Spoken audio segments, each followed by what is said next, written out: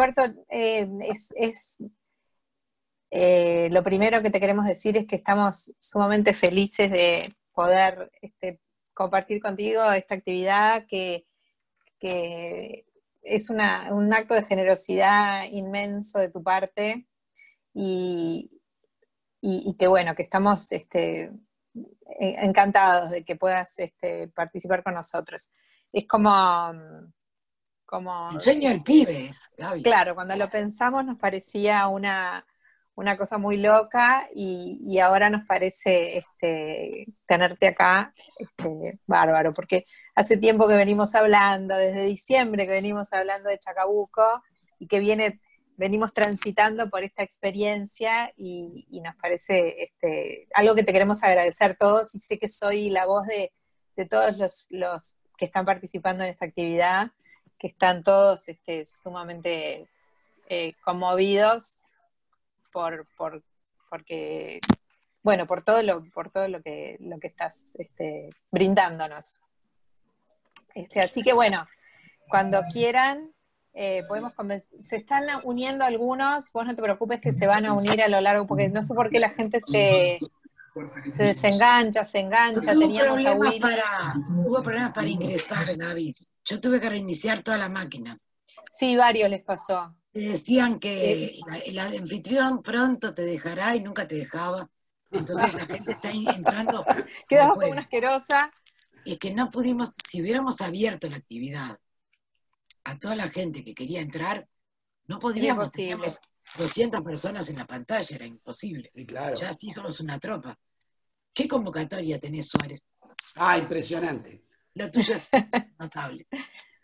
Bueno, buenas noches, Roberto Suárez. Queremos arrancar, si te parece, María Esther, empezamos preguntándole a Roberto que nos cuente un poco del origen de este proyecto, porque nosotros ya sabemos, porque te seguimos en todas tus intervenciones, que tenían idea de que fueran varias obras secuenciadas, que había como un proyecto mucho más amplio, y nosotros hemos hablado acá en la Escuela de Espectadores de que de alguna manera vos considerás esto una síntesis, tal vez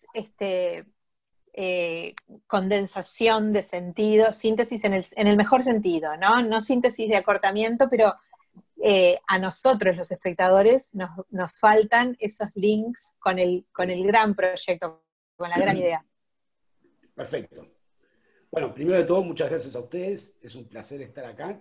Y está complicado esto, porque es tecnología nueva para todos. Pero bueno, tratemos de llevarlo de la mejor manera posible. Y mira, voy a empezar diciéndote una cosa. Ya nos había pasado en Bienvenido a Casa, que al principio eran 4 obras. Y terminaron siendo 2. ¿No? Es parte de alguna manera, digamos que uno sueña de la manera más grande posible y después naturalmente en un proceso de trabajo arduo se va llegando naturalmente a una síntesis. De todas maneras, además de eso, antes de empezar a responderte directamente, siempre hay una búsqueda que es más allá de una obra de teatro, que es, de alguna manera, nosotros le llamamos lo que es la zona. La zona, para nosotros, es ese lugar donde el creador quiere llegar a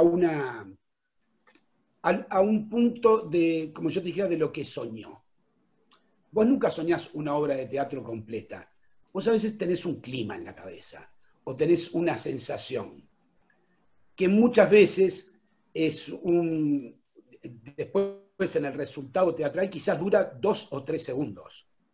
Pero es ese momento que vos peleaste para llegar y lograr, que es lo más difícil del teatro. Porque parte del teatro siempre es esa búsqueda de tratar de ver en el escenario lo que a vos como espectador te gustaría ver en algún momento, ¿no? Porque nosotros también somos nuestros propios espectadores. Por eso también las obras de teatro no las consideramos como unidades, sino como progresiones de lo que venimos trabajando. Y si bien es verdad que quizás hay un público que viene a ver un espectáculo por primera vez, también hacemos una historia lineal para ese espectador, también trabajamos para los que vienen viendo las obras anteriores. porque si no sería muy egoísta con ellos y también con nosotros, el no ser conscientes de todas esas, de todos esos estímulos que vos podés darle a alguien que ya convivió contigo otros espectáculos. Capaz que es un poco engorroso lo que digo. Cualquier cosa me preguntan. No, es clarísimo. Está. El sueño de esta obra era, como siempre, empezamos en formas muy delirantes. El primer sueño y la primera convocatoria era para participar de, si no recuerdo mal, 8 obras de teatro, en la que la idea era poder transitar varios géneros. Íbamos a empezar, eran historias cortas de 20, 30 minutos, íbamos a empezar por teatro callejero, después íbamos a tocar el grotesco, después íbamos a tocar íbamos a meternos en un mundo más surrealista. Y la unidad de la obra, el concepto que unía todo esto, era una persona que se estaba muriendo, que era Ángel, siempre es Ángel. Y eran quienes rodeaban a esta persona que se estaba muriendo tratando de sacarla. Entonces, una primera parte era en la calle, una segunda parte era en un campamento, era dentro de una carpa. ¿Sacarla de dónde? No entendí. ¿Tratando de sacarla? De sacar a Ángel de su encierro. Ok, gracias. Porque él se había encerrado. En todas las historias estaba encerrado. Que eso de alguna manera después hay cosas que quedaron, ¿no? Después la segunda era en una carpa y era en el campamento con pequeño Robert, el padre y el Boy Scout. Pero no era un campamento habían montado una carpa en el fondo de la mansión donde ellos vivían.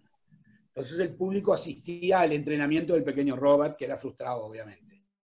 Después otra de las obras se desarrollaba en el baño de la casa de uno de los pacientes, mientras que tomaban la decisión de qué hacer porque se les había enfermado el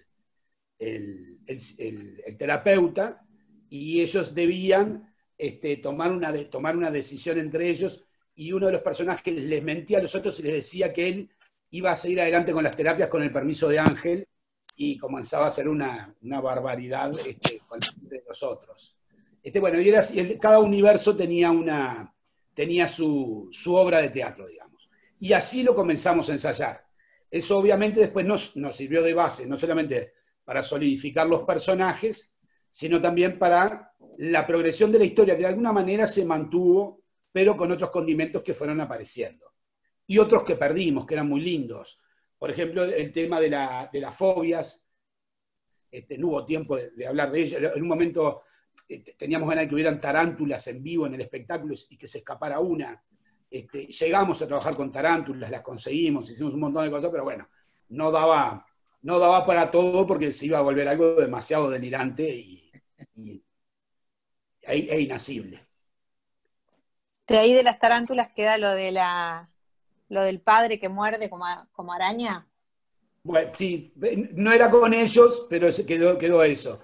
Pero en realidad era una fobia que tenía Carlos con las arañas, y otro de los personajes que ahora no está en la obra, que era un paciente que lamentablemente no pudo continuar, coleccionaba tarántulas.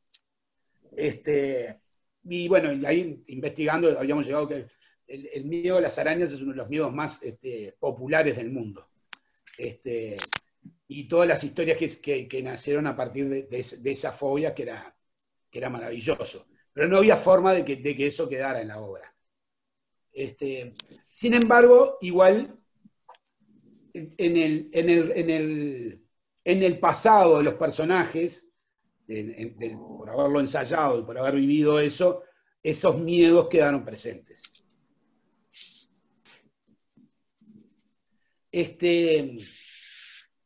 Tomamos la decisión de llegar a un solo espectáculo por varios motivos. Por un motivo espacial, porque no nos daba el tiempo de hacer el teatro más grande, porque nosotros ensayábamos y construíamos al mismo tiempo, construíamos de día y ensayábamos de noche. No nos daba el tiempo para llegar a construir todos los espacios necesarios, ni todas las tribunas necesarias para los espectadores, porque en ese caso íbamos a tener que cambiar de lugares. No el mismo día, la idea era hacer una obra por día.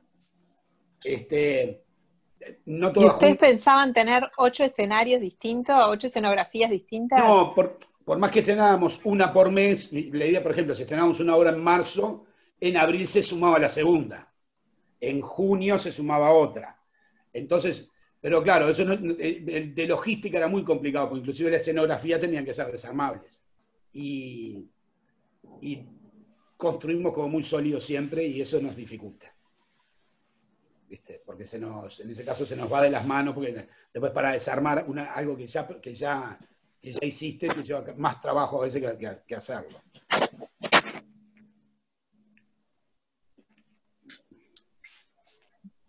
Entonces, estaban pensando en 8 obras. Empiezan Sí. a descartar la idea de que sean 8. ¿A cuántas se resignan? Y bueno, primero a 6, después a 4, después a 3, después a 2, después terminamos en una. Al final tomamos la decisión de plantear. Incluso, en última instancia, habíamos llegado a pensar de hacerla en 2 actos. De cuando llegábamos a Como Pequeño bienvenido a Rob casa. ¿Eh? Como bienvenido a casa. No, en 2 actos, con un tiempo de respirar al espectador y hacerlo entrar. Ah.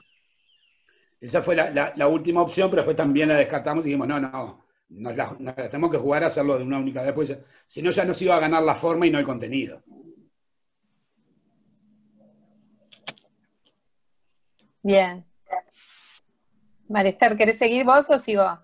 No, estaba pensando en esto, que queda esta obra y esta línea de ideas, y que conversábamos ayer contigo esto de que la obra se defina por llamarse Chacabuco y por seguir uno de los lineamientos que vos decías, que hay como 2 lecturas, una para tus espectadores de siempre y otra para tus nuevos espectadores. Y seguramente tus nuevos espectadores, que acá hay muchos que lo son, también hay mucha gente que vio Bienvenido a Casa, por supuesto, y otras, ¿no? Pero tus nuevos espectadores encuentran, cuando entran, vos dijiste, una historia lineal para que la entendieran los nuevos espectadores. Y eso no es así. No encuentran en Chacabuco una historia lineal comprensible para todos. Quizá tendríamos que empezar por aclarar esto de Chacabuco, una historia que no es lineal, una historia enrarecida. Un poco Bueno, esa idea. no, eso sí, pero es lineal lineal para es decir, una historia que creemos que que tiene un posible entendimiento para quien no haya visto otras. No, Una no independencia. Con independencia, es decir, sí, es un cuento claro, es una persona que está por más que tiene zonas oníricas, etcétera, momentos de sueño, momentos del inconsciente, pero tiene una lectura que en una primera instancia es única. Cuando vos viste otras obras, también tenés otras lecturas abajo de esa, que no necesariamente son esa primera línea de entendimiento. De todas maneras, nosotros no trabajamos para que la historia para nosotros la cierre el espectador. Es decir, nosotros tenemos nuestra teoría, nosotros tenemos muy clara cuál es la historia para nosotros, pero no es nuestra intención que el espectador se quede y se case con nuestra posibilidad de entendimiento. Porque creemos que como el teatro para nosotros tiene que ver con un juego, ese juego es de ida y vuelta con el espectador, si no sería algo más relacionado, sería más cinematográfico, más relacionado a una pintura. El teatro necesita de ese espectador de ida y vuelta. Y ese ida y vuelta también tiene que ver con una forma de qué es lo que recibo yo como jugador, como espectador, de lo que estoy viendo. Y qué es lo que quiero, también qué es lo que quiero entender. A mí me pasa muchas veces cuando voy al cine y voy con una persona, y la persona que está al lado mío no entendió lo mismo que yo, ni se lleva lo mismo que yo. Porque de alguna manera el tiempo del teatro, la realidad del teatro, desde nuestra óptica, no es la de la realidad. son reglas distintas a las de la realidad, son las reglas teatrales. El tiempo se maneja de distinto, los climas son distintos, el ambiente es distinto, no es una copia de la realidad, sino que es una realidad en sí misma el teatro. Capaz que un Entonces, empezando por ahí, yo creo que empezando por esta realidad distinta, es una realidad que ustedes construyen a partir de una consideración sobre el tiempo y sobre el espacio, que es justamente otra, alternativa. Y ahí capaz que podemos detenernos un poquito, porque nosotros ayer discutíamos contigo, nosotros discrepábamos de en qué momento de la historia empieza la obra, y no estábamos de acuerdo, vos, María Esther y yo, ninguno de los tres, en qué momento empezaba en qué momento de la historia empieza la obra, ¿no? Entonces capaz que estaría bueno desarrollar por ahí esa concepción espaciotemporal que ustedes proponen. Bueno, capaz que lo primero que, para que todos entremos más o menos en una misma zona, para mí hay algo, hay un libro que se llama Cancha con Niebla de Ricardo Bartiz, que lo deben de haber visto. Sí, claro. Para mí un poco sintetiza cuando nosotros hablamos de, con esto de que hablamos de que no es el mismo tiempo el teatro que el tiempo teatral, ni el clima teatral que el tiempo real, sino que ya estamos en otra zona. Hay un cuento también que es muy lindo, hay un libro que se llama El Retorno de los Brujos, yo no sé si si lo han podido leer, que habla de... No te entendí de quién. El Retorno de los Brujos se llama, esa es la Cancha con Niebla, claro. Sí. Ah, de Cancha con Niebla. No, y hay otro libro además que también ejemplifica un poco de esto que dice Bartiz, que se llama El Retorno de los Brujos, que habla que dentro de todo ese tratado fantástico de lo que habla el libro, habla de un hombre que vive en una estación de trenes. Cuando el hombre sale, todas las mañanas, él salía y había un cuervo que vivía en un árbol. Y ese cuervo no se comunicaba con el hombre, ni él se comunicaba con el cuervo. Una noche, una madrugada, cuando él iba a trabajar, había una gran niebla espesa, y cuando él sale a caminar, de pronto se encuentra con que ese cuervo venía volando hacia él. Evidentemente el cuervo se había confundido y pensaba que estaba dentro de una nube, no sabía que ese día había niebla. Y al ver a un hombre en la nube, el cuervo queda aterrado y lanza un alarido como nunca había emitido en su vida. Entonces, lo que estamos hablando ahí es que se unieron dos mundos, el mundo de los cuervos y el mundo de los hombres. En un momento imposible porque no hay hombres voladores, pero para la imaginación del cuervo o para la reacción del cuervo, sí. Es decir, en ese instante vio lo imposible, vio un hombre volador. Hago este paréntesis para hablar de que en estas reglas, el teatro no maneja estas reglas tan cotidianas, ni el tiempo de la manera que nosotros lo manejamos. Quizás el tiempo en el teatro se mide por clima, no por un reloj, sino por cómo se van sucediendo los climas, son los tiempos del teatro. Visto esto, si nos vamos para la obra, la obra habla sobre una de las raíces fundamentales, es el shell shock, o el estrés postraumático. Shell shock se le llamaba cuando los soldados llegaban con el trauma de la guerra, ese estrés postraumático se le llamó shell shock, y descubrieron que estos hombres tenían problemas con el tiempo. Es decir, que había momentos de su vida en que estaban viviendo distintos tiempos al mismo momento. Es decir, yo estoy acá, pero un instante después estoy de nuevo en la guerra, viviéndolo. Estoy viviendo ese instante.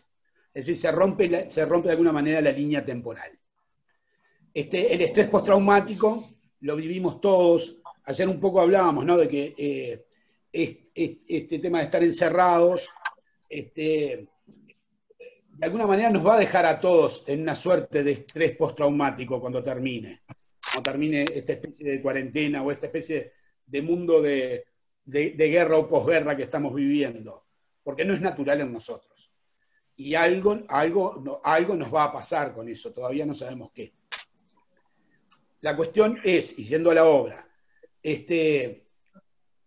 los tiempos de la obra están distorsionados por el estrés postraumático. El estrés postraumático, en este caso, de un ser querido que se está muriendo. Pero también de un ser querido que murió. Porque los tiempos de la obra están no vistos desde un punto de vista real, sino desde un punto de vista teatral, en el que nosotros tenemos la posibilidad de que algunos personajes pueden estar sabiendo que Ángel ya murió, sé que es un poco engorroso todo esto, y otros personajes pueden estar ingenuamente viviéndolo en ese instante. Los compliqué mucho. No, para nada. Para nada.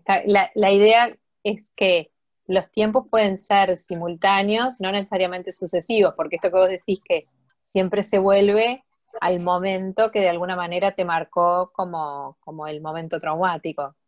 Y de ahí es que nosotros jugamos, ya desde la escenografía, ocupa podrían ser 3 lugares. La casa de Edgardo y Ángel, por un lado, el hospital y el lugar donde fue incinerado la sala velatoria, llamémosle. Por eso es una casa que tiene desde las sillas, los sillones están colocados cerca de las paredes, marcando claramente una sala de espera, el sillón doble, es decir, la falta de muebles, la ausencia de objetos. Es decir, obviamente que no es un lugar habitado por nadie. Pero sí es llenado por la intención de los personajes al recrear esas primeras escenas en las que están en la casa de Edgardo. Y por otro lado, tenemos también, ya que me metí en este baile de la escenografía, nosotros tenemos todo el universo del ropero, que muchas veces nosotros hablamos de que una casa funciona como si fuera parte de la mente humana, porque sufre las transformaciones que sufrimos nosotros, porque es nuestra casa. A mí a veces me pasa que si yo estoy habitando una casa donde ocurrió una tragedia, esa casa se me empieza a volver oscura. Sin embargo, esa casa no cambió. El que cambió soy yo, pero de alguna manera nosotros tenemos tendencia a animar lo muerto, a darle a los objetos, a las paredes de una casa vida. Y somos nosotros quienes depositamos una suerte de alma en esas cosas. Pero de alguna manera, saliendo de el ropero es también es para nosotros el lugar donde el deseo de los personajes, las necesidades de los personajes aparecen. Entonces, por ejemplo, el personaje de Alicia, que es alcohólica, cuando lo abre, inevitablemente iba a estar lleno de bebidas. Cuando lo abre el pequeño Robert, están sus pelotas de rugby, que son el sueño que él siempre frustrado, que él siempre tuvo. Sin embargo, al principio lo hacemos funcionar como ropero, ¿no? Para que exista primero de todo, la realidad, y después le vamos incrementando el vuelo en la situación. Y para Nelson también las latas de corned beef, sobrevivencia.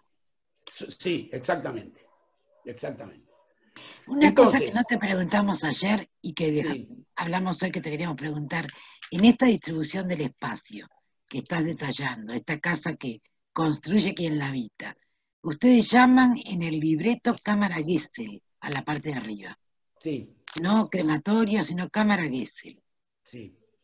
Bueno, porque la cámara es más por estructura, ¿no? Porque la cámara Gesell se usa para los interrogatorios de los adolescentes, por lo general, para que no los vean, es una cámara cerrada. Entonces, lo que habíamos agarrado en una primera instancia, para nosotros es el lugar del horno, pero en el libreto le ponemos cámara Gesell, pues era más de estructura visual, de cómo tenía que ser las dimensiones del vidrio por el que ve la gente, para que se sintiera esa cosa también de estoy observando algo que no debería estar observando.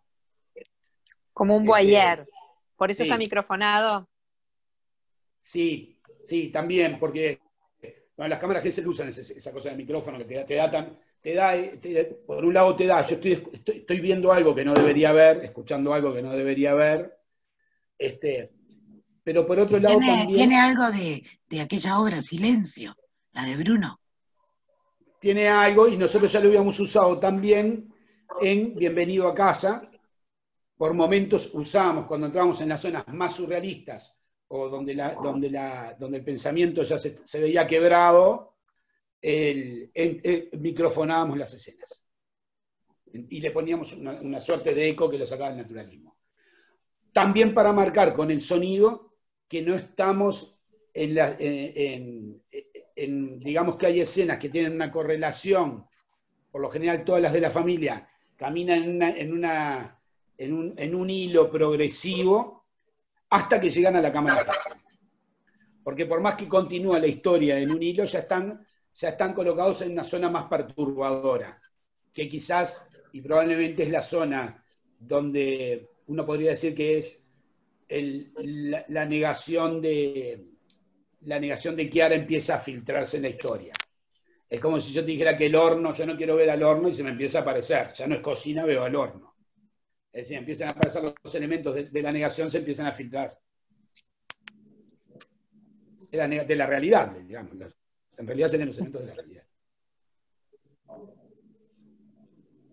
Cuando vos hablas del vínculo con el espacio, ahí hay una tercera lectura, también tercera, cuarta, no sé, hay otro plano, que es el del teatro incendiado, que ustedes voluntariamente quisieron dejar como rastro, ¿no? Es decir, hay una historia de un horno, hay unas cenizas que caen, pero esas cenizas también se vinculan con la historia de la reconstrucción del teatro y del incendio previo, que es el incendio de un lugar escénico.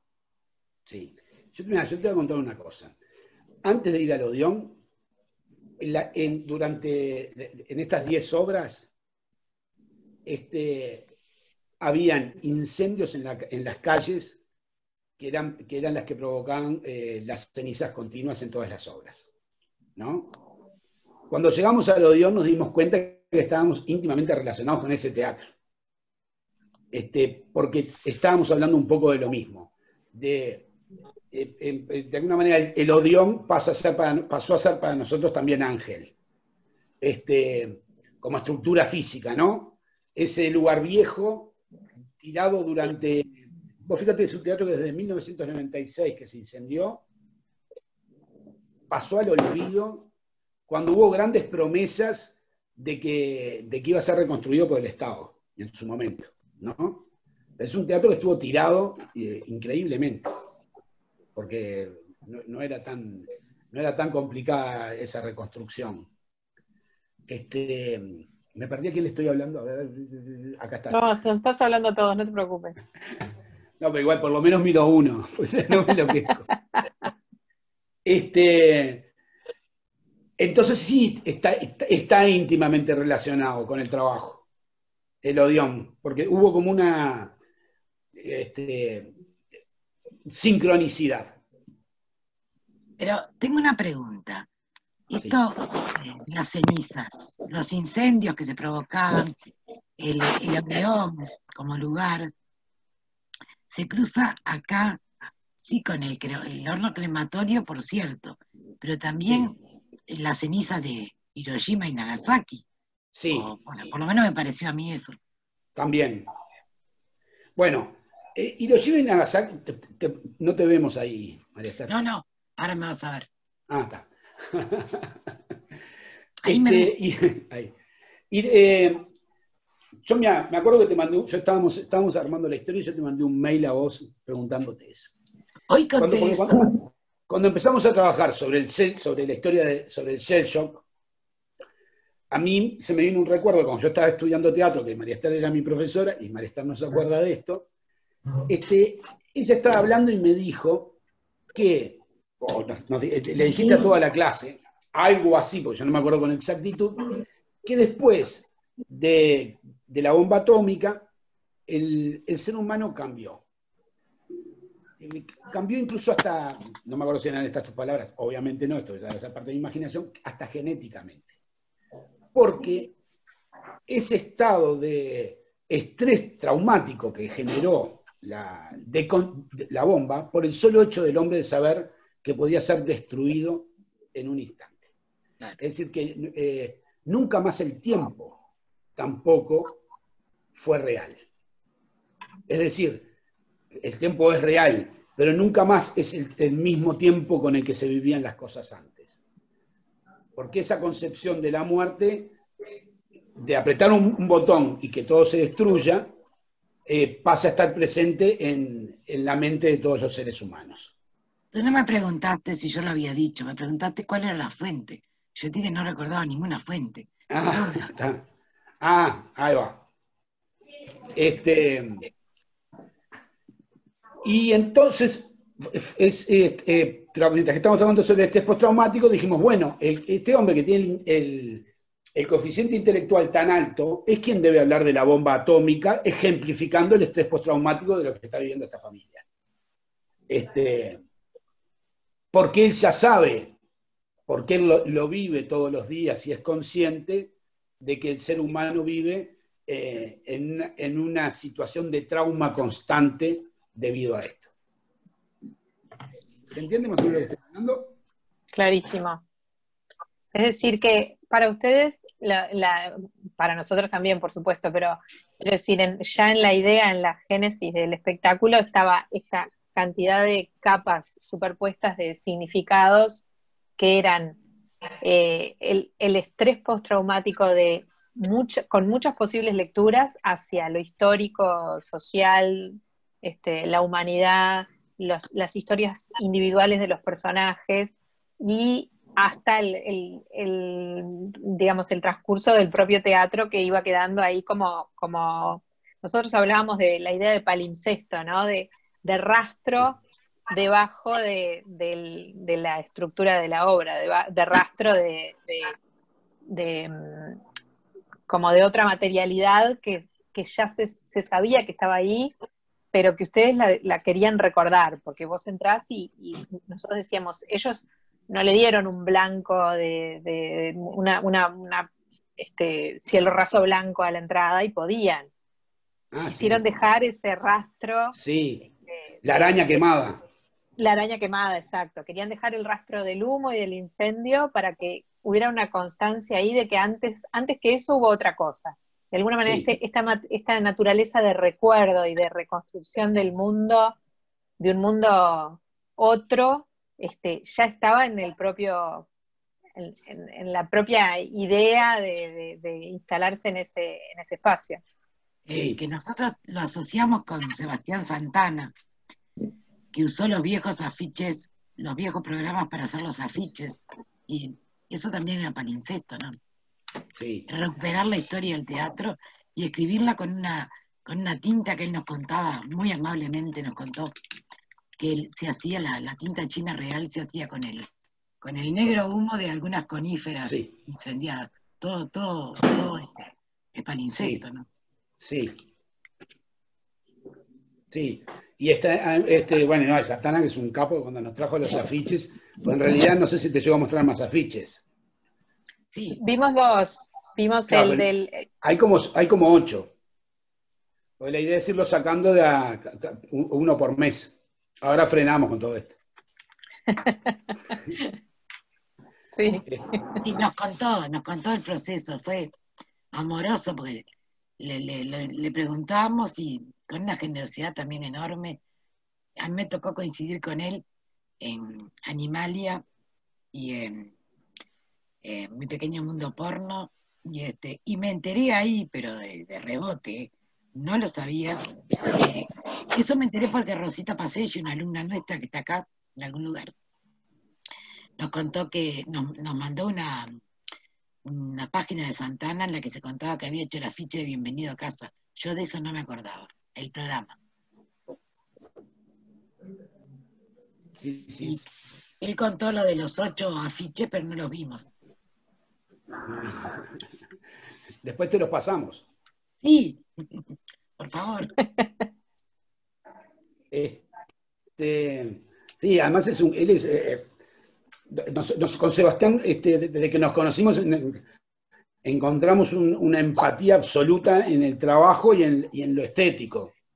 Él viene, se sienta, mira 2 pasadas y es como que le cae un rayo, e incluso muchas veces el nombre de Bienvenido a Casa lo puso él.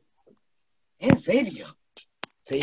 Él había puesto, él hizo el afiche, nosotros todavía estamos buscando el nombre, como siempre el número aparece el nombre seguro es la última semana. Siempre estamos No me peleando acuerdo del que nombre. estaba el canto del cisne ahí. Claro, y esta otra se llamaba Mi Entierro. Que no nos gustaba, pero era el nombre que había. Por eso, hasta que apareció Chacabuco. Pero en Bienvenido a Casa estaba escrito en un afiche. Cuando él viene a mostrar los afiches, miramos en él y decía, bienvenido a casa. Y dijimos, está, lo encontraste. ¿Viste esas cosas que se dan? Sí, impresionante. Roberto, ya que arrancaste para el lado hasta que encontramos Chacabuco, contanos un poco cómo llegan al Chacabuco, luego, ya que les costó encontrarlo, porque nosotros teníamos, bueno, tenemos una alumna que tiene una teorización, pero nos gustaría escuchar, bueno, cómo llegan a la idea de Chacabuco. ¿Por qué Chacabuco? Que es un poco también enigmático, ¿no? En lo que uno va a ver, porque es una historia que podría ser en ningún lugar. Chacabuco, para nosotros, es, primero concepto, más, después llegamos al nombre, ¿por qué el nombre? Pero es el lugar donde Ángel encontraba la felicidad. Y de alguna manera es donde, en nuestro imaginario, es donde todo aquel que iba a Chacabuco, a esa casa de descanso, se sentía viviendo en una enorme felicidad, casi, igual de todas maneras, casi chejoviana, ¿no? Nunca es del todo... digo chejoviana porque yo me imagino esos tiempos en Chacabuco, donde no hay nada que hacer, donde algunos se bañan y otros se emborrachan y se habla de cosas que no tienen sentido. Que era el lugar que le gustaba a Ángel. Pero al principio no teníamos nombre, teníamos el lugar, no sabíamos cómo que se iba a llamar Chacabuco. Y no queríamos relacionarlo lo queríamos hacer universal, que no tuviera un nombre que fuera relacionado con un lugar en Uruguay. Pero nos imaginábamos inclusive que este terapeuta tenía casas en otros lados. Y surgió Chacabuco, alguien lo nombró, nos encantó primero la sonoridad, y después nos empezamos a dar cuenta que Chacabuco hay muchos lugares donde está la ciudad de Chacabuco. Hay en Chile, hay en Argentina, hay pueblitos, y también nos empezamos a dar cuenta que estamos rodeados por esa palabra. En la esquina de mi casa hay una calle que se llama la calle Chacabuco. Y además esa palabra tiene un significado especial que es viejo y achacoso. Entonces también nos venía bien con la visión de la obra y con la visión de Ángel que se llamara Chacabuco, para que tuviera esa doble connotación, ¿no? Que por un lado es el lugar donde él quiere ir a vivir, ¿verdad? Y al mismo tiempo la palabra en sí misma es viejo y achacoso. ¿Por qué para ustedes viejo y achacoso es Ángel? Y Ángel es la persona, bueno, enfermizo, que ya está enfermo, achacoso, pero ¿sí? ¿Alguien habló? Sí, Rodrigo. Yo, pero después. Nada. Enfermo porque Ángel está enfermo. Ángel está en sus últimos días, ¿no? Y Ángel es el viejo. Es el que ya no va a ocupar un lugar en esa casa. Me sale acá de su conexión en internet sin estar. ¿Pasa algo o no? No, estamos todos bien, ¿no? Por ahora te vemos bárbaro. ¿Se escucha? ¿Qué te sale? No, ¿Qué te sale? decía, su conexión es inestable. Wi-Fi. A mí me dice 20 veces eso, no te quemes. Traje la llave de abajo. Y bueno, y esas son las razones por las que le pusimos Chacabuco. Podría haber sido otro nombre, tampoco era, pero nos gustó la sonoridad, nos gustó el significado de la palabra, que tampoco era, no estaba direccionado, tampoco tenía una carga de drama y sí guardaba misterio. Sí. Perdón, ¿yo puedo hacer una pregunta? Claro. No, ¿qué tal, Roberto? Primero te saludo, soy Rodrigo. ¿Todo bien? No, ¿sabes qué? Yo estoy sincero, a mí cuando me decía el nombre Chacabuco, lo primero que se me viene a la cabeza, será también por una cuestión de edad y eso, es obviamente la canción de Mariana Walsh, ¿no? Osía Celosito Mameluco paseaba por la calle Chacabuco, o sea, es lo primero que me viene. Y entonces, y después, pero mirando la obra, viendo como esa cosa, además me sacaste una duda que yo tenía que yo, ¿hasta qué punto está vivo todavía Ángel, no? A esta altura me parece muy raro que siga vivo, pero bueno, con lo que dijiste ya me aclaraste esa duda también. Pero hubo algo, pero teniendo en cuenta que la obra trata de personajes que de alguna manera añoran un pasado que ya no tienen, ¿no? Una cosa que nos pasa todo el tiempo, como que quizás a veces hasta el punto de la infancia, cuando éramos felices y no lo sabíamos, que pasa muchas veces también. Sí. ¿Hay en algún momento cruzó a alguien por la cabeza esa intertextualidad que se me ocurrió a mí, claro, la infancia, de Osía Celosito y Mariana Walsh No por o sea, la canción. ¿en algún momento se te pasó por la cabeza o fue un pire mío nomás? No, o sea, pero todo lo que vos decís sí es conceptual de la obra. Porque, por eso mismo que yo te digo que Chacabuco para nosotros es el lugar donde iba uno de chico a pasarla bien. Es decir, que eso es perfecto. Porque es el deseo que de todos los personajes que están ahí, todos van a contar en algún momento, en su recuerdo, un momento en Chacabuco.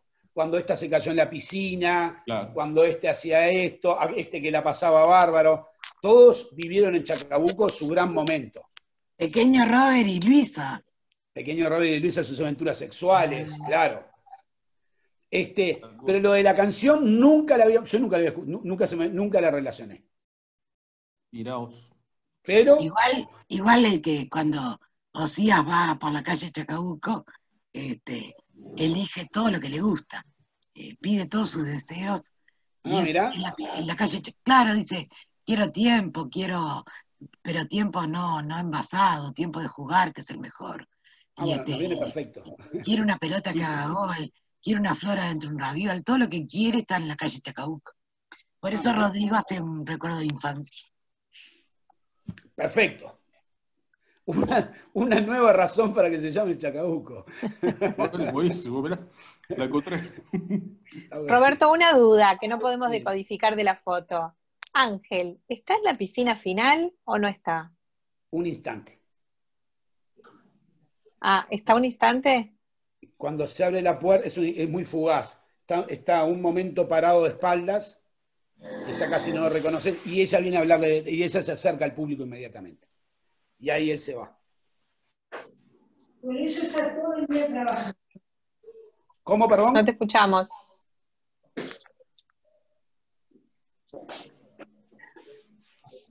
No se escucha. Yo tampoco. ¿Quién habló? No te escuchamos. Quien sea que participas, no te escuchamos. Me parece que era Rita. A mí también. Pero no, voy a ver si está silenciada. Tenés que desilenciarte, Rita.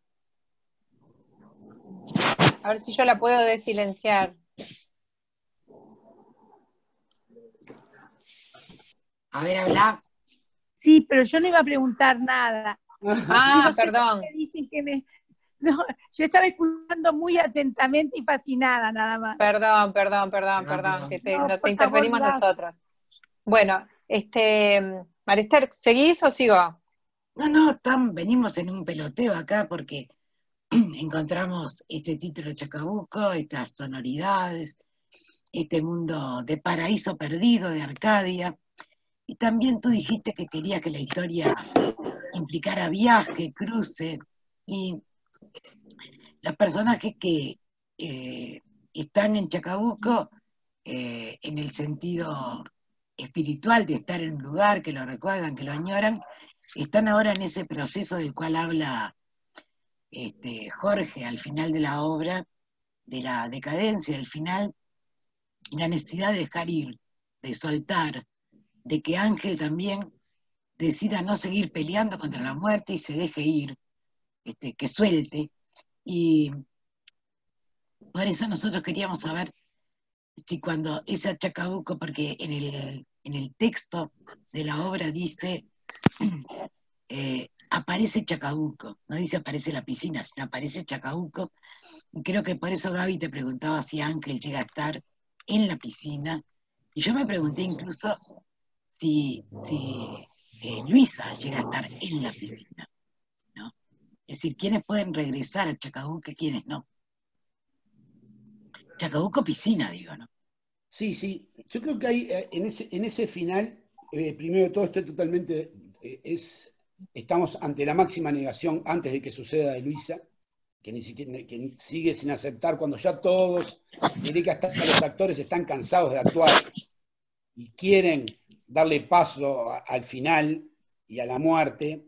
Cuando ella por fin libera al padre, es una trampa esto, pero es como yo te digo, que es el sueño del muerto.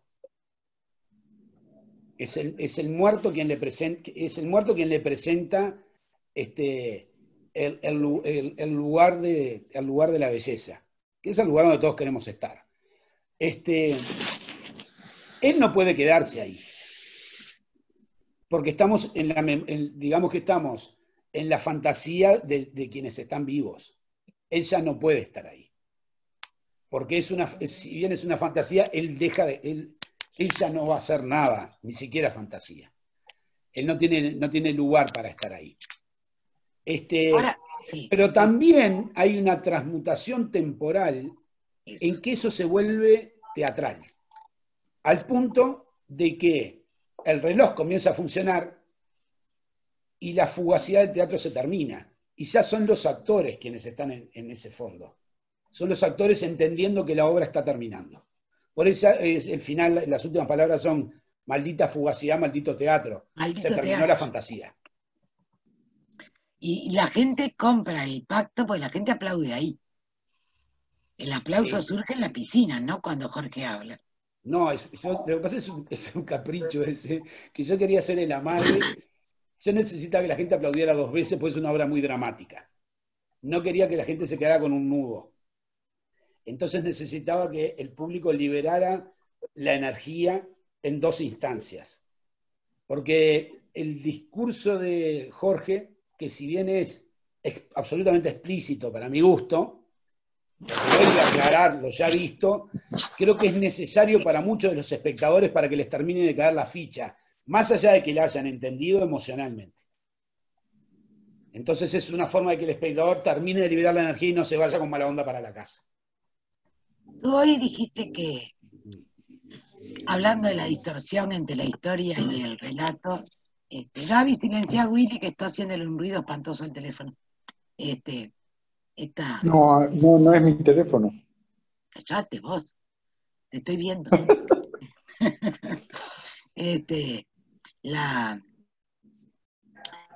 Hablabas de la distorsión temporal, del estrés postraumático, y ponías ejemplos sobre eso. Pero también hay un momento en que se dice, que lo dice Alicia en el discurso, que dice: qué lindo me quedó esto, ¿no? Habla también de que además de haber una serie de eventos de rupturas espaciotemporales, que son las que Ángel le dijo a Jorge que existían, y Jorge le comenta a Alan que existen, sí. Aparece también la idea de la ruptura lingüística. Sí. Así que el lenguaje queda interferido por el estrés postraumático. Sí. Y a nosotros es una idea que nos parece muy poderosa esa, porque... Dale. Bueno, sí, es así. Eso lo dice claramente Alicia en la primera escena. Sí. Cuando quizá hay algo en el lenguaje que nosotros manejamos desde el principio, que se usan palabras que jamás se usarían, esto también en un tono de humor, por ejemplo, acá decimos piscina, no decimos pileta. Y en la obra sí se pileta. Hay un juego con el Boy Scout. Entonces, por ejemplo, dice orfanato. Es una serie de palabras que están de modé. Celador, sí. Celador, sí. Hay un montón de palabras que están en absoluto desuso y que de pronto los actores, también esto es importante aclarar, nosotros siempre estamos, como es un juego, siempre está la interferencia del actor y el personaje. Los actores también comprenden que están hablando en un lenguaje que está en desuso. El actor y el personaje. Entonces hay una lucha por aclarar esa situación. Que es de alguna manera donde llega justamente en ese momento casi ridículo, que entra la música ominosa. Cuando ella dice que las palabras, el lenguaje se ve distorsionado. Habla del tiempo, habla de las palabras, y de ahí en más, durante toda la obra, sigue apareciendo ese lenguaje fuera de lugar, que no es, que saca de la cotidianidad, y creo que es también lo que estiliza la obra, más allá del movimiento y la puesta en escena. Lo que nos permite tener un lenguaje en que no está el che, pasame, tratando de apelar a una suerte, digamos que es la estética de la obra.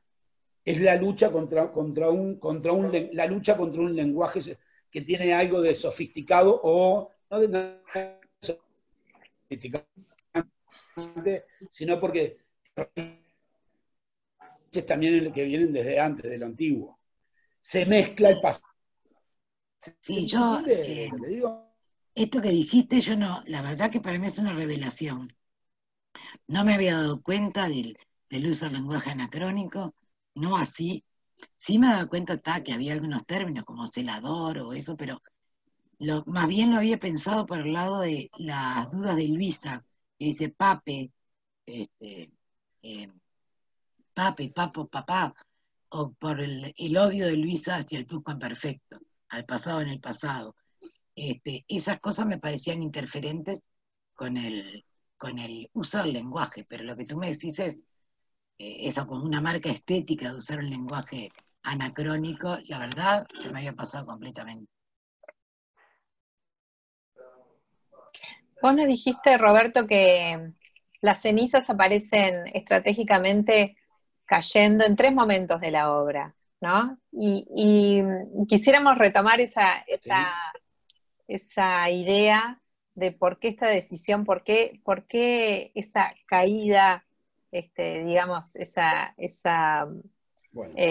intencionalidad de cruzar en esos momentos la historia con esta carga simbólica tan potente. En la primera escena, que es cuando Luisa, cuando están hablando de descubrir el shell shock, al darse cuenta que están viviendo en un tiempo perturbado, eso hace que Luisa empiece a acercarse a la realidad, mira por la ventana y ya están cayendo las cenizas, que son las cenizas, obviamente, de la incineración de su padre. Es decir, que ahí nuevamente el quiebre del tiempo, ¿no? Lo que estamos viendo es al padre, a Ángel quemado. Todavía no lo sabemos. Pero sí, los actores claramente la miran y se miran sabiendo lo que está pasando. Es decir, sé que esto es complejo, pero hay actores que tienen más información que otros en el juego teatral. Entonces, el personaje de Alicia, que lo interpreta Soledad Pelayo, sabe claramente que Luisa le está hablando al público, que está empezando a tener contacto con una sala, metafóricamente esa sala de la imaginaria que van a usar después, en la que les van a decir la celebración maravillosa sobre el fin. ¿Están perdidos o venimos bien? ¿Se perdieron en esto? No. Te seguimos. La primera, dijiste, entonces, el contacto hay actores de que intuyen. Es como si se abren puertas, se abrió una puerta temporal en ese momento. Se abrió estábamos jugando un pasado, pero de pronto, estamos jugando un presente, perdón, pero de pronto llega un pasado futuro. Porque es pasado y futuro al mismo tiempo. ¿Por qué? Porque es un acontecimiento que tiene todavía no sucedió. Sin embargo, ya sucedió en la historia que nosotros estamos narrando. ¿Me entienden lo que digo?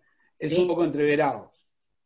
Porque el tiempo ya no es el mismo por estar en Celso. Entonces, las situaciones ya no están en una línea de tiempo naturalista y lineal, sino que el tiempo ya empieza a manejarse de otras maneras. En la segunda interrupción, que es después del episodio con el pequeño Robert, que ella le grita, pequeño Robert, que lo echan de la casa, que ya apareció la imagen de Ángel con su caja en la cabeza. Ella se quiebra emocionalmente, Luisa, nuevamente acepta la presencia del público, porque cada vez que Luisa acepta la presencia del público hay una irrupción temporal. Lo mismo pasa con el ganso, que es donde ella empieza a confundirse con el tiempo, que es cuando ella dice, si bien ahí no caen cenizas, ella ya ahí empieza a darse cuenta que es un juego temporal que la tiene perturbada, que va a ser reforzado después por la entrada de los pacientes. Cuando a la actriz se da cuenta de que ella nuevamente está rompiendo la pared, tiene necesidad de limpiar sus culpas también, porque entonces empieza la mezquindad de los personajes. Sabiendo que el juego es temporal, ellos tienen derecho a defenderse. Entonces, lo que hace de alguna manera ese personaje, y ahí sí van a caer cenizas nuevamente, porque rompió el tiempo, Luisa, cuando vuelve, lo que hace el personaje de Pelayo es expiar sus culpas en un primer momento. Es decir, ustedes no saben cómo estaba este hombre, era un monstruo. Nosotros hicimos lo que pudimos, hicimos lo que se pudo. Ya te está diciendo que está muerto. Ya lo adelantamos. Ahora, en el juego de la ruptura, sí, la tercera, perdón, que no te dejé. Y la tercera es propiamente en el momento de la incineración. En el momento que se cierra el horno, empiezan las cenizas nuevamente. Hay una cosa que dijiste recién que me parece que es interesante como conducción de la obra, que los agentes visibles del desajuste temporal son los pacientes. Y sería interesante hablar de cómo surgen esos pacientes de Buenos Aires, de acá, agorafóbicos,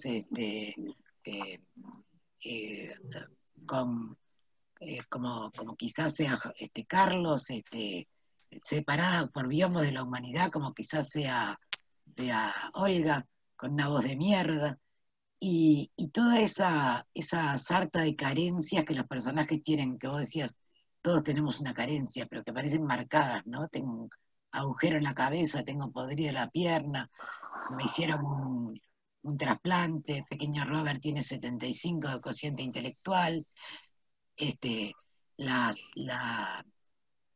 los demás tienen una tiene esa agorafobia y uno tiene esa agorafobia y otro esa limitación con la gente. Es personajes que están todos como lisiados de alguna manera, pero que en el caso de los pacientes ingresan para crear un segundo nivel temporal donde se ve esa confusión que vos tuviste recién cuando decías pasado, presente, futuro, ¿no? Ese presente que es futuro en realidad, ¿no? Nosotros todavía no estamos acá.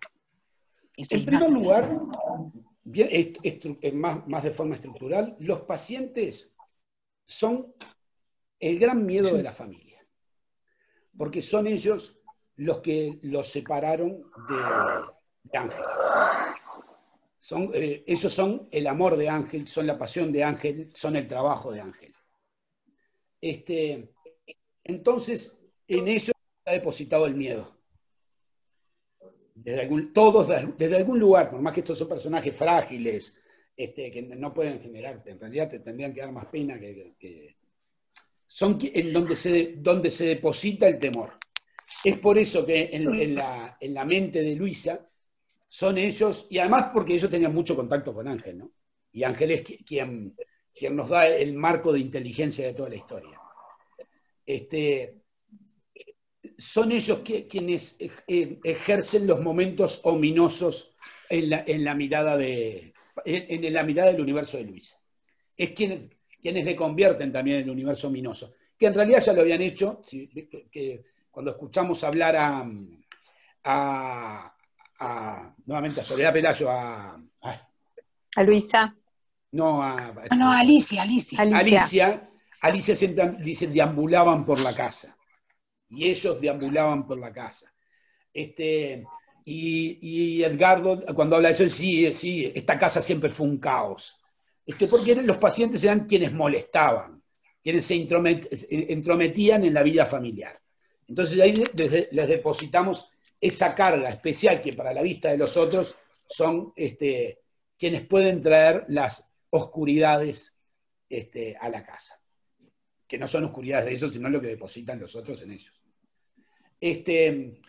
Después, la calidad de esos personajes son personajes que, si yo te hablara estéticamente, nosotros necesitábamos, como si fuera una obra clásica, que entraran los clowns. Ah, mirá. No porque los hubiéramos trabajado como clown exactamente, pero son quienes le dan el oxígeno a la historia. Son quienes oxigenan con sus payasadas, no porque sean payasadas de golpe y porrazo, sino porque llegan con el aire suficiente para sacarme de esta historia familiar y conducirme a otras partes que después van a terminar siendo más oscuras. Pero es verdad, tienen como un aire clownesco los actores que hacen de pacientes, es verdad. Eso. Y se mueven, y de último se mueven en trío, ¿no? Claro. Hay un juego. ¿Eh? No, hay alguien que no está silenciado y se mete. Sí, estaba pensando ese aire que le dan, que tiene algo también a veces de humor, como tengo esta voz de mierda, o te gusta la Conchita, o con estas cosas tan lindas que ustedes tienen para ver, que hay para ver, el barrio del Once, todas esas. Claro. Esa es la porteñada de Carlos. Y al mismo tiempo, por tener esa calidad, esa calidad de personajes, nos permitían entrar en una zona más existencialista, que si entrábamos con otros personajes era infumable, porque se podía volver denso. Estos personajes te permiten entrar en este tipo de universos donde ya el tiempo está desfigurado, donde ellos pueden contar lo que va a suceder, porque ya lo vivieron, y nos permitía una ruptura con el público que no perdiera la simpatía, que si lo hacíamos con otros personajes no iba a generar el mismo acercamiento o la misma querencia, digamos. Carlos, sobre todo, te lo metes en el bolsillo de uno. Una pregunta. Claro. Yo quería hacer un comentario. ¿Sí? Que me interesó mucho esto que dijiste de estos personajes como clown, en el sentido de como poder distraer o alivianar un poco esa angustia que uno siente, ¿no?, a lo largo de la obra, que lo comparé con Bienvenido a Casa, que no estaban, estos personajes no estaban, ¿no? Y me acuerdo como de esa sensación mucho más angustiosa, que si bien era como yo lo sentí como cosas que me hacían acordar, y como, bueno, ese personaje Ángel estaba en Bienvenida a Casa, ¿no? Sí. Yo no sé si no se llamaba Ángel también, ¿se llamaba Ángel? Sí, claro. Sí. Ah, está, por eso. Bueno, eso me gustaría que explicaras un poco. Yo no sé si ya está explicado, pero no escuché. Pero me pareció, me gusta esto, puedo entender ahora por qué yo me sentía como durante la obra un poquito menos angustiada, que si bien la tenía, era otra cosa. Podía como disfrutarla más, eso me pareció, quería comentarte, o sea que evidentemente fue buscado es profeso. Sí, porque no queríamos, esta obra es demasiado dura por la temática que habla, claro. Es muy directo, además el tema es muy fuerte, estamos hablando de la muerte de un padre, además de un marido, y el dolor que provoca en el entorno cuando es muy querido. Claro. Entonces era muy, se necesitaban puntos de oxígeno y de liberación para que no, porque si no, la propia trama te va hundiendo en una oscuridad que después no podés salir. Uh-huh. Por eso la necesidad del final, ¿no? También. Ese total. Final que fuera en un lugar de luz. No podía terminar de una manera oscura esta obra, porque si no la gente la sacamos en carretilla. Tal cual. Viste, todas esas cosas las vas viendo, pues nosotros Pues nosotros los guiones los vamos armando también en función de lo que vamos viendo en los ensayos. Porque vos podés tener una muy buena idea escrita, pero después, cuando pasás al resultado de la cancha, no funciona. Porque el clima, más allá del texto, después está el clima que vos vas logrando, la densidad de los personajes. Y todo eso genera un peso determinado que puede llegar a ser, a veces que te falte el aire. Sí. ¿No? Bueno, pero perdona, me habías preguntado otra cosa que era... Cristina te bienvenido a preguntó casa. por los Claro. de antes. Te preguntó por los de antes, porque ese Claro. ángel venía de antes. El primer ángel fue en La estrategia del comediante, que era otra obra anterior. Que era un actor que se mataba. Era un actor que se mataba. Que se también. mataba, esa no la vi, yo no la vi. En La estrategia del comediante era un actor que se mataba, otro actor que se mataba. Y en este es Ángel, a ver, no son historias que continúen, son universos que conviven. Sí, tal cual.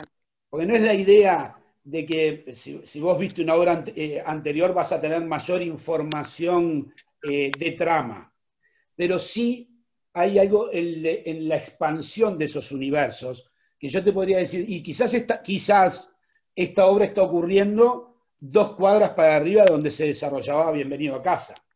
Y quizás cuando el hombre elefante va al hospital, se cruzó con este ángel. Claro. Es decir, es la construcción de un universo que empieza a tener conexiones que tampoco queremos hacerlas lineales. Porque también tienen que ver con ciertos mundos de pesadilla, ¿no? Con respecto al doble. De hecho, por ejemplo, todos los personajes tienen casi los mismos nombres que en Bienvenido a casa. Sí, eso lo chequeamos programa a programa. Vimos, porque hubo gente que reconoció a los actores primero. Nosotros nos fuimos a buscar los programas de Bienvenido a casa. Decíamos, mirá, otra Alicia, otra Luisa. Una que era Alicia, pero le decían María. Y le cambiaba de nombre el novio, ¿te acordás? El de la mandíbula prominente. Y claro, después voy a decírtelo otra vez, te lo dije como 3 veces, como nunca me mandaste el texto de La estrategia del comediante, no pude comparar.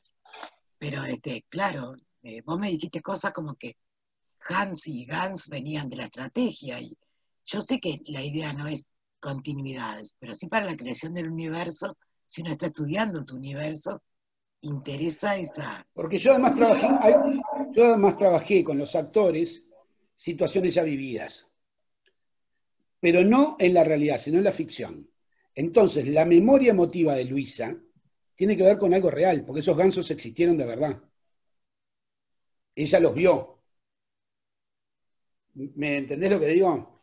Totalmente. Entonces, muchos de los recuerdos de la obra son situaciones de otras obras. Entonces, es decir, que la memoria del actor no es una memoria emotiva personal, sino que es una emotiva del propio trabajo anterior.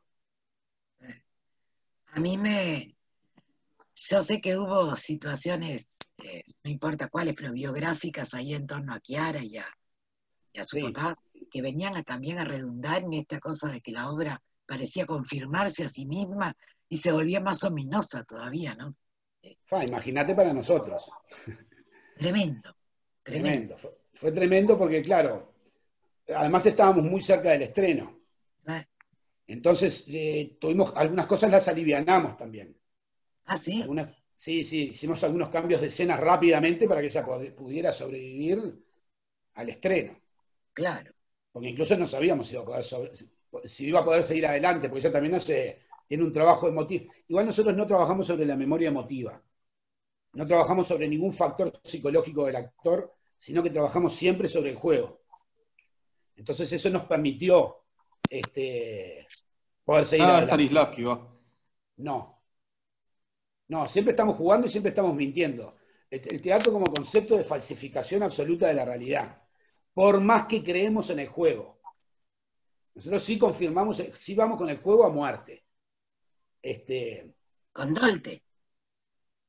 Claro, pero no que haya un factor, porque si no se vuelve catártico, y esa catarsis, si el actor entra en una zona de catarsis personal, lo aleja de un sentimiento, lo aleja de una relación, de la energía con el público inconscientemente siente un rechazo porque dice, no, yo vine acá a jugar, no vine a que vos me tires tú mal, yo tengo que saber que vos estás jugando. Por eso nosotros muchas veces estamos quebrando en escena, y después de una escena que parece trágica, entra el humor inmediatamente. Incluso Nelson es un personaje que tiene mucho, te ha construido mucho sobre una imagen de humor, porque Sí, tiene algo así de... sí, de hecho un Boy Scout, que también es un ser casi desaparecido en nuestro imaginario, ¿no? Por más que existe en Boy Scout, es algo como que está fuera de moda también. Y además es sordo. Sí, sí, no tiene familia. No, Y él quiere tener el una familia. El audífono de Nelson, ¿por qué es? Bueno, porque él estuvo en la guerra, según dice, puede estar mintiendo perfectamente, ¿no? Todos sabemos que todos sabemos que es una gran mentira por edad, por todo, no hay cosas que te sean por ningún lado, pero nunca lo vamos a saber. Entonces, las bombas, viste el sonido del que también está en la obra, ¿no? Viste que hace con que tiene que ver con el oído, con el efecto después de las bombas, viste que te quedas, se genera como ese momento insonoro, que también nosotros lo trabajamos con el sonido, que es después de la bomba atómica. Si ustedes ven los videos, siempre hay como una especie de vacío, que hay como un... Y después la placa tectónica como que se mueve y hace el sonido grave. Ya que estamos hablando, perdón, ya que estamos hablando del sonido, ¿podemos preguntarte por la música? Porque, bueno, ayer nos enteramos de algo que nos tranquilizó un poco. Nosotros estábamos buscando desesperadamente cuál era la música, que no encontrábamos el movimiento que vos decías. Zarabanda. Bueno. Lo buscamos como dementes, y después a vos te pareció muy gracioso la respuesta, que ya cuando ahora te dejo a vos hablar de la música, de la apuesta. Saraband nosotros cuando cuando empezamos a estudiar velorios de gente importante, porque nos interesaba para ver cómo íbamos a trabajar sobre cuando muriera Ángel, la relación de los personajes con eso, nos enteramos que cuando muere Bergman, él preparó su velorio. Entonces, habían solo 2 colores que podían tener las personas, que eran rojo y negro, y él pidió una música en particular que era Saraband, no me acuerdo de Opus, no me acuerdo, ahora no me acuerdo, después se las paso bien, pero que no es el tema que pasan en la obra. Es lo que dice, la actriz miente y dice, o la actriz o el personaje, dice, este es el tema que él quería escuchar. Y el tema que estamos escuchando lo compuso nuestro compositor, que no tiene nada que ver. Por eso también Jorge y Alan se miran entre ellos y dicen, no es ese el tema. Porque ella también vieron que el personaje de Soledad siempre está intentando ganar protagonismo. Que eso también es algo que hemos trabajado con los actores. Hay una lucha entre los personajes por decir su discurso, sobre todo entre René y Alicia.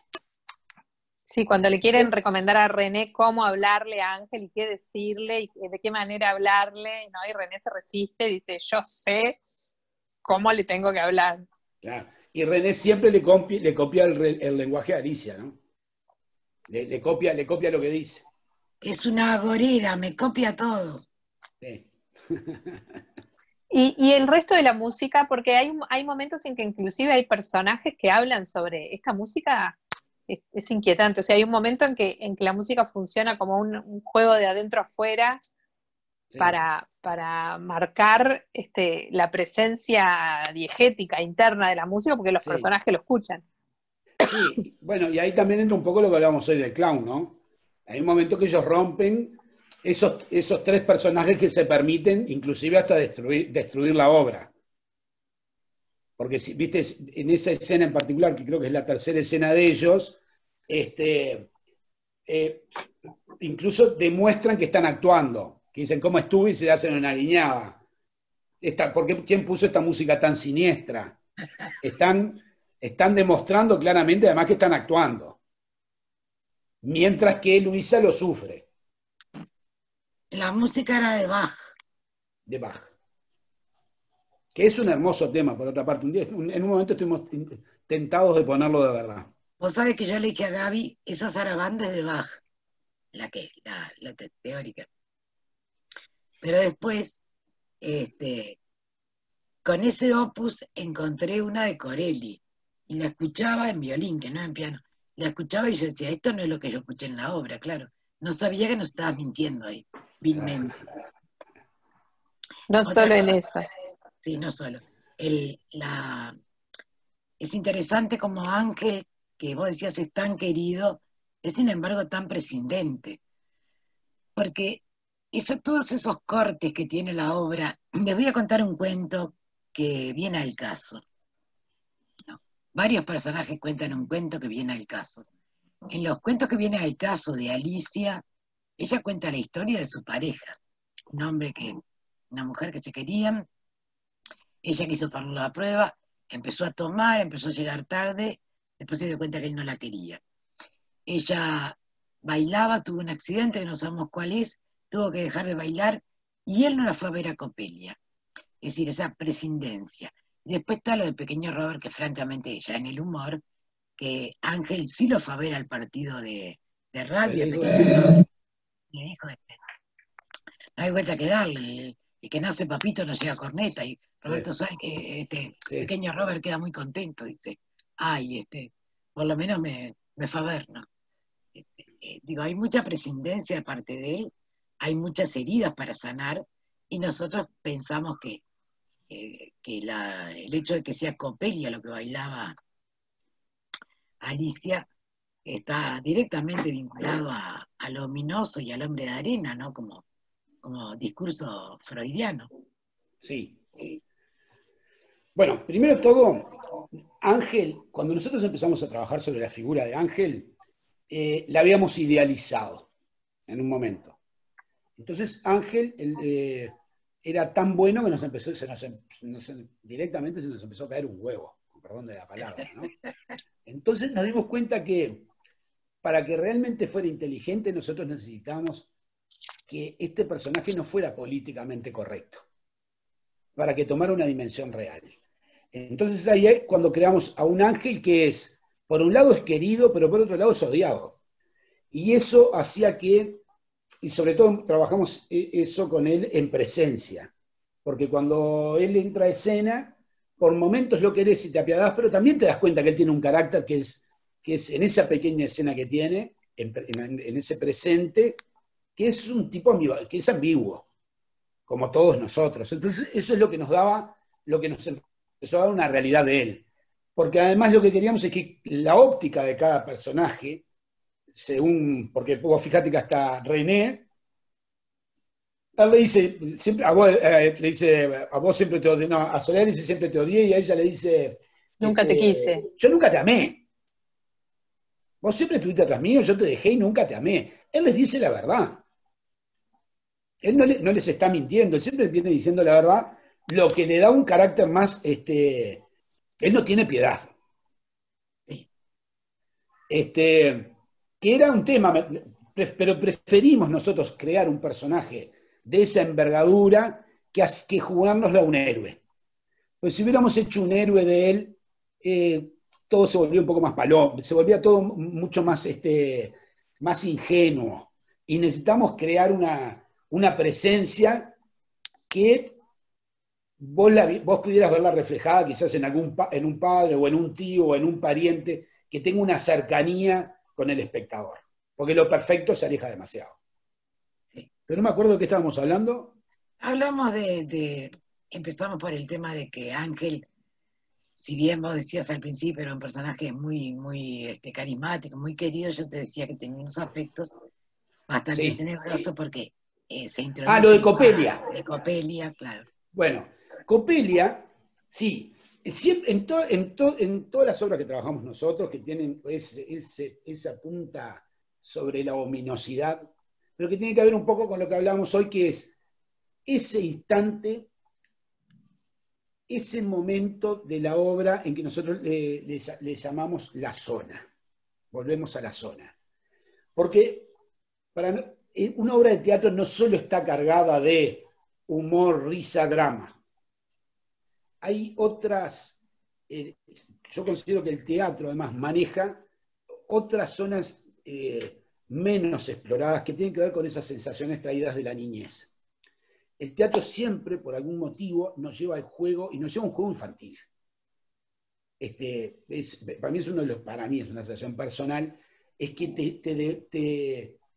te devuelve a una suerte de visión de cuando eras niño, cuando estás en el teatro, porque estás nuevamente jugando una historia que no existe. Vos sabés que esto que está pasando no es real, pero tenés ganas de jugarlo y estás ahí jugando. Es cuando el adulto en el teatro vuelve por un instante a ser un visionario en el sentido de que él mismo va a proyectar además sus propias imágenes.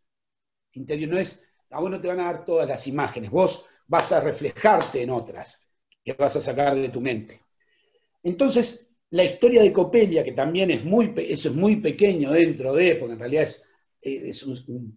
quizás estamos hablando de un secreto que ella es bailarina y esa es Coppelia, para quien lo pueda entender, porque no todo el mundo tiene esa información, por eso hablamos de las distintas capas de información y de lecturas que tiene una obra, ¿no? Que hay un público, siempre lo que hablamos hoy, un público va a estar en esta línea, otro público en esta, y otros van a ir buceando a zonas que inclusive van a saber de la obra más que nosotros.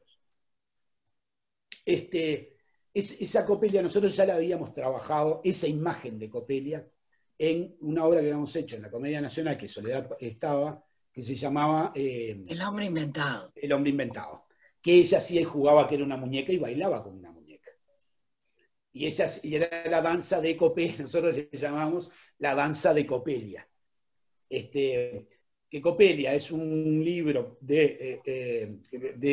Coppelia no, El hombre de arena es un libro de E.T.A. Hoffmann, que después Freud escribe sobre el ominoso, creo que en 1917 o 1927, y es relacionado de alguna manera a el sentimiento del ominoso, es aquello que nos provoca una angustia, pero es una angustia por algo que no terminamos de identificar.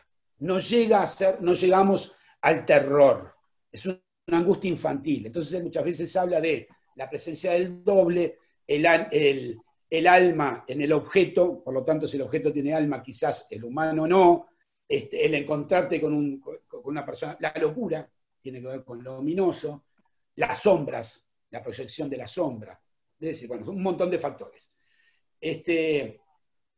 Y ella estaba representada para nosotros, ¿no? Ese pequeño cuento que ella hace ahí, pero nuestra proyección interna es que ella estaba haciendo ese ballet ominoso y él no la fue a ver. Y ahí se quiebra la pierna como el destino que marca también la no presencia de él. Haciendo esa obra es que ella se lastima. Viste que nosotros te seguimos a la cabeza ahí a esas capas subterráneas. Y claro, yo me acordé, te decía a vos cuando hiciste El hombre inventado, alguien leía el ominoso arriba del escenario. No me acuerdo quién era. Chamandú. Mira vos. Ángel. Ángel. Que era un terapeuta. Cierto. Y también nosotros nos reíamos, te hiciste piscinita en la Sala Verdi y todo. Sí. Nacía León desnudo de ahí. Bueno, y también el repetir los elementos de otras obras en esta es algo que usamos como cosa muy divertida para nosotros. Bueno, para ustedes y por los que lo venimos siguiendo. Claro. Nosotros venimos ahí con la cabeza atrás. Porque también podríamos haber hecho un parque, pero dijimos, no, tiene que haber agua de nuevo. Claro, sí. Porque si no hay agua, no hay vida, vamos de nuevo, ¿viste? Totalmente. Gabriela, ¿no querés abrir el juego a que la gente pregunte? Exacto, es lo que te iba a decir. Preguntas. Se silencian y preguntan a Roberto. Aprovechen que lo tenemos acá.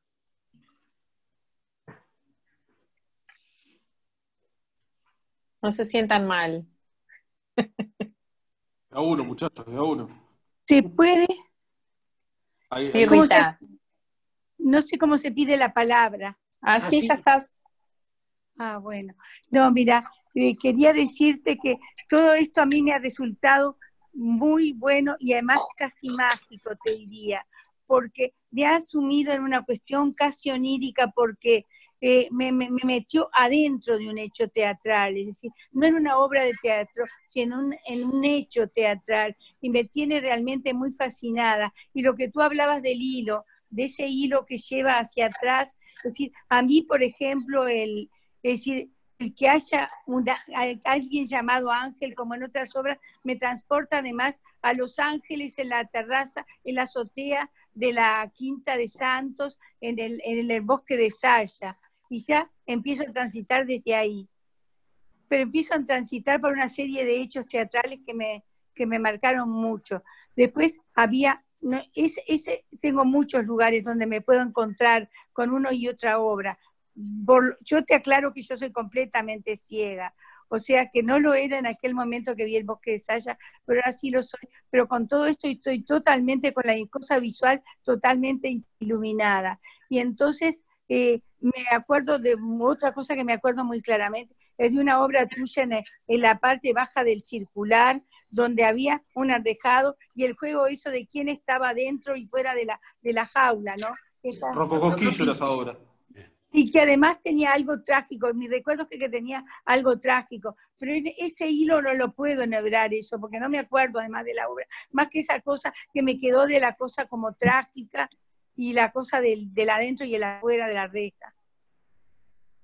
Entonces, te quería preguntar si, porque tú lo vinculaste con obras más recientes, como por ejemplo Bienvenido a Casa, que también la vi y demás, pero no sabía si también llevabas el hilo hasta aquella época, del bosque de Saya.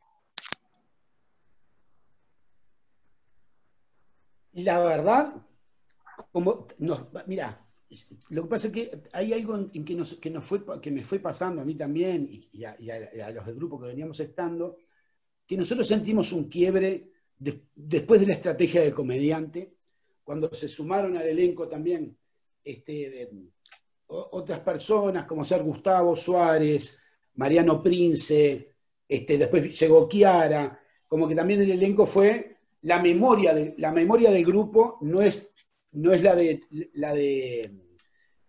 Saya. Hacia atrás ya no es la memoria de todos, porque no todos estuvieron en esa instancia. Entonces trabajamos sobre las memorias más recientes para poder comunicarnos. ¿Me llevas lo que digo? Pero sin duda, siempre hay un rastro. Siempre eso es lo que yo sentí. Porque ahora que vos me lo decís, me pongo a pensar y digo, la puta madre, si en Rococó Quillo había un ángel arriba de un... Rococó Quillo era lo que yo decía. Había un ángel arriba de un comediante y él le decía Ángel a ella. Ahora creo que se llamaba Ángel. Sí, exacto. Por eso yo estaba, mi hilo llegaba hasta el bosque de Saya porque pasaba por ahí, no me acordaba que se llamaba Rococó Quillo. Pero yo no me acordaba de eso tampoco, mirá vos. ¿Viste cómo lo que vos decís se construye entre todos? Sí. Sí. Claro. Además de Rita, alguien más quiere preguntar. Miren que lo tienen acá, después no lo van a tener mucho tiempo. Yo puedo pedirle algo chiquitito, ahora muy chiquito, que es lo siguiente. Yo me he metido adentro del hecho teatral de la obra que estás haciendo ahora, pero me falta ese relleno que es el texto, ¿viste? ¿Hay alguna forma de acceder al texto? Pues yo voy a ir al teatro, pero no voy a poder ver. Tengo todo construido ahora a través de esta charla, pero para mí va a ser muy importante para llegar a la esencia, tener acceso al texto también. Te quería preguntar si hay forma de acceder. Próximamente está terminado y te lo pasamos. Lo que pasa es que ahora le pasamos a María Esther un sococho que tenemos que ponerle las didascalias y explicar las situaciones donde se sucede todo. Están todos los diálogos pegados nomás. Bien, pero muchísimas gracias. Voy a estar esperando eso entonces. Lo tenemos que hacer y lo vamos a hacer. Muy Gracias. bien. ¿Alguien más quiere hablar con Roberto? Es un lujo, ¿eh? Sí, la verdad que sí. Un honor. Es un honor, sí. Realmente.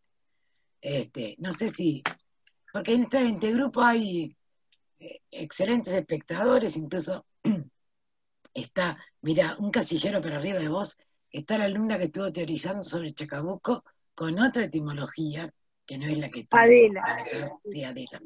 Este grupo está constituido por personas muy teatraleras, y tenemos algunos psicólogos en la vuelta, unos cuantos, entonces tenemos, Rita también es psicóloga, así que hay un conjunto de gente, compañera actriz, como la compañera Ángeles Vázquez, y compañeros que vienen del área de la filosofía, compañeros que vienen del área de la historia. Entonces, no sé, pero creo que si alguien... No nos pregunten a nosotros después. Nosotros, la palabra es de Roberto. Nosotros hasta ahora estuvimos peloteando con la obra, con bastante tino, como habrán visto, pero la palabra la tiene Roberto. José le decía a Adela, comentale lo que vos investigaste de Chacabuco, comentale, Adela. Hola Roberto, acá soy yo. Bien, bien. Yo había encontrado una doble etimología, pero centralizándonos en el Chacabuco de Argentina, digamos, ¿no? La parte de mapuche y la parte del quechua que podría provenir. Y decía aparte que no era una zona que se había creado cerca de las playas, ni de los ríos, ni de los mares, sino que era una zona más bien árida, que después yo la relacionaba con la realidad de esos personajes en el tiempo ahora de tu obra, no en el tiempo que ellos vivieron en Chacabuco. Sí, sí. Entonces decía que había como una especie de paralelismo psicocósmico, con esa naturaleza que no es linda, que está atormentada, que no es agradable como lugar de paseo, Chacabuco, en Argentina, ¿no? Claro. Y esos personajes que los veía muy conflictuados al final de la obra.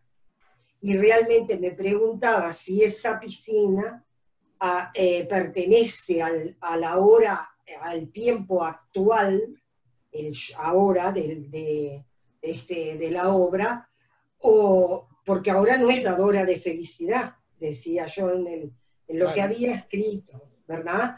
Y sin embargo fue en otro momento. Después se fue aclarando con lo que has dicho hoy, de que la gente necesita respiros, el espectador, ¿no? Y tal vez ese sea el gran respiro de la obra. Sí, igual para nosotros es Chacabuco. Chacabuco es el lugar donde... Lo que pasa es que, viste que hay algo para nosotros, vos me decís Chacabuco y yo te digo Chejov. No me preguntes por qué, pero es como, digamos que Chejov es el ambiente, a nivel teatral, es el lugar de veraneo. Es como yo te diga, si yo quiero veranear con una obra, tengo que leer Chejov. Veranear en el sentido, por más que están todos los dramas, son esos lugares de descansos de una clase social que no está pasando un mal momento y que pueden disfrutar, por más que vienen en caída, no importa, pero que pueden disfrutar del ocio. De hecho, nosotros siempre decimos, ¿para qué momento? Cuando estamos nosotros ensayando, ¿no? De poner que nos hacemos un asado en el fondo del teatro y decimos, qué chejoviano, ¿qué es esto? No lo tomamos como a Chejov desde para que me entiendas, no lo tomamos desde un punto de vista trágico, sino es de ese Chejov de paz de campo. Uh-huh. Y de alguna manera siempre nuestro sentido de esa última escena, por más que por una cuestión de realización visual, de impacto, tuvimos que hacerla nocturna, tuvimos que lograr que, porque es de noche y reproducir un día sería casi imposible, tuvimos que lograr una síntesis temporal, porque si no se pierde el efecto y el tiempo. Si esa imagen del final perdurara, vos te encontrarías con el jardín de una casa en donde el tiempo no pasa, donde el tiempo quedó estancado. Detenido. Que es como quedan los recuerdos, ¿viste? Cuando te queda el recuerdo en la memoria de cuando te ibas de campamento con tu familia o te fuiste a una casita con tu familia para afuera, que es esa imagen que no se te va nunca. ¿Sabés como una foto, ¿no? Es una foto, es una foto. Este año el año pasado estuvimos trabajando con una obra de Agustín Banchero que se llamaba Galaxy, parte de la noche. Y después Agustín Banchero nos hizo llegar un corto que estaba detrás de la obra y cuenta el incendio de la casa de familiar de Balneario Solís. Entonces aparece como un corto doméstico donde se ven los niños, los nietos jugando, los cumpleaños celebrados ahí, haciendo los sandwichitos de la familia, la ida a la playa, la cometa, y cuando se quema esa casa, se quema en Galaxy. Realmente. Sí, se quemó en la verdad, en la vida de los bancheros Sí. se quemó. Y en Galaxy están dos personajes que están esperando que llegue un auto que trae a los familiares a verificar los daños del incendio. Y él después nos pasó eso y nos transmitía la misma sensación. Esa imagen del balneario, esa imagen de la foto familiar, esos días en que, como niños, lo dice también eso, creo que es Alicia, éramos capaces de magia y de cierta ilusión de felicidad, ¿no? Yo no sé si alguien más quiere preguntarle, este hombre se tiene que ir, no puede seguir acá todo el tiempo. Yo quería decirle algo además que Adela decía que me parecía muy lindo, que decía que ese pasado idealizado en el presente era hoy apenas una piscina estructural, ¿no? Es decir, como el derrumbe también del universo de lo ideal, ¿no? Decía ella, como que de alguna manera lo que fue el esplendor pasado quedó condensado en el recuerdo de todos, pero que en el hoy era una piscinita estructural que los contenía a todos juntos, Claro. y que parecía, ¿no? Sí. Es una miseria. Exacto. Exacto, ¿no? Lo que nosotros idealizamos como generando un espacio de perfección donde tuvimos nuestro momento de felicidad, y después lo que va quedando, el rastro, ¿no? de aquella grandeza en el presente. Y que no se perdió del todo el presente, porque viste que esa imagen está instalada casi en el hospital, está enmarcada por el hospital. No me di cuenta. Y hay personajes, y sigue estando la estructura de las puertas de la casa. Tenés razón, claro. ¿No? Y hay personajes que no deberían estar ahí. Los pacientes no deberían estar. Sí, ni los pacientes, sí, yo cuando miré una foto que mandaste, la amplié así, la agrandaba, y digo, acá está Jorge, acá está Carlos. Y vi a Luisa parada al borde, que me quedé con la duda, porque no veía hasta allá si se había tirado o no. Yo creo que hay que desilenciar todos los teléfonos, y como se acerca casi las 9 de la noche, es la hora de los aplausos. Vamos a hacer un aplauso virtual, desilenciamos los teléfonos.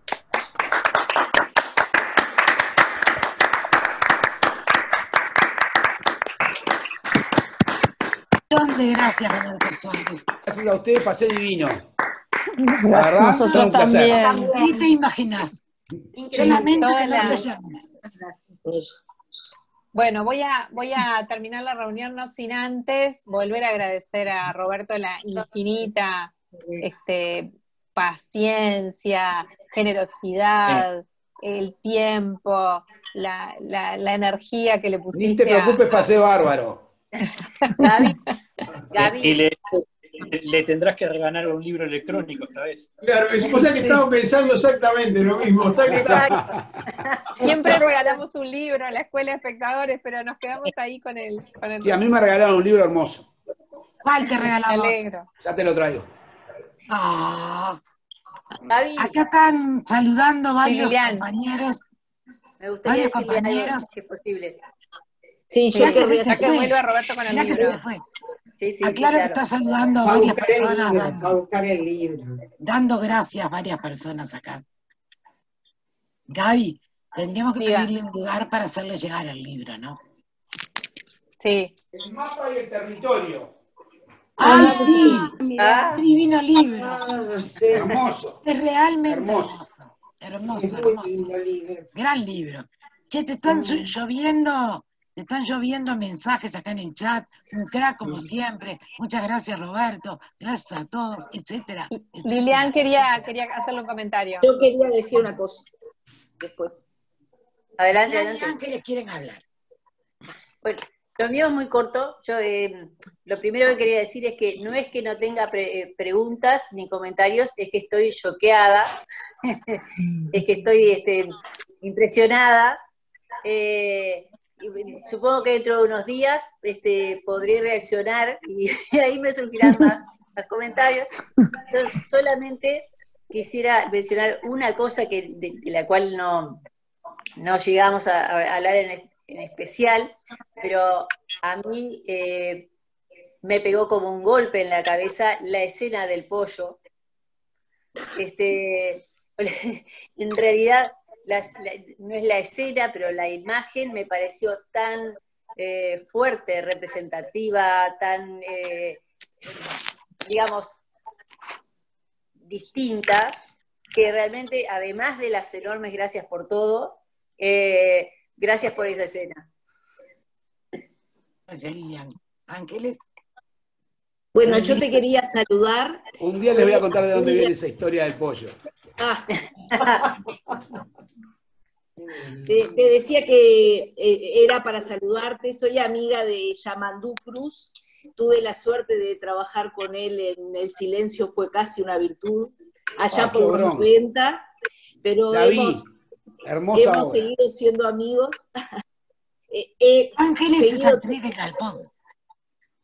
Sí, en esa época Yamandú también estaba en el Galpón. Y bueno, he seguido tu carrera, pero en esta oportunidad no pude ver la obra por todo lo que ha pasado, que todos sabemos, y porque además tuvieron la suerte de que siempre se agotara. Y bueno, también me quiero dejar sorprender un poco, y por eso no pregunté más, y creo que a algún otro compañero le debe pasar lo mismo, que al no todos haber visto la obra, nos estamos aguantando para sorprendernos más. Muchas gracias. En septiembre arrancamos. Bien ahí. Ojalá. Ojalá. Profético. Quiero pedir un saludito para Roberto y las profes, muy chiquito, ¿puede ser? Roberto, no pusiste las arañas, pollito en el escenario, pero la tenés en el techo toda quemada. Sí, es verdad. Y a las profes les quería sugerir que le regalen serotonina ahora, porque a mí me gustó más todavía que el mapa y el territorio. Vamos a pensar, tenemos que hacer una, ¿cómo se dice? Una averiguación de dónde se te puede mandar el libro y llevarte el libro. Después nos contás. Les voy a contar que yo estoy viendo que esta gente trabaja y trabaja. Hoy tuve acceso al backstage total, porque me mostró el fondo del teatro, y están haciendo una huerta tan divina, esta gente trabajando ahí, me hizo una lista, tenían rúcula, menta, cebolla. ¡Ah, qué lindo! Sí, le digo, che, pero te faltan frutales. No, tenemos manzanas, tangerinas. Entonces dice, la carne se compra. Digo, traigan pollos, ¿no? Obviamente. Carne ya la tienen el horno. Exacto, dice, los pollos están viniendo, me dijo, en cualquier momento. Así que esta gente, además de todo, se manda una autosustentación comunitaria que me mató de envidia. Así que, chapó, Roberto. Encantada. Buenas noches. Gracias por estamos viendo. Cualquier cosa a las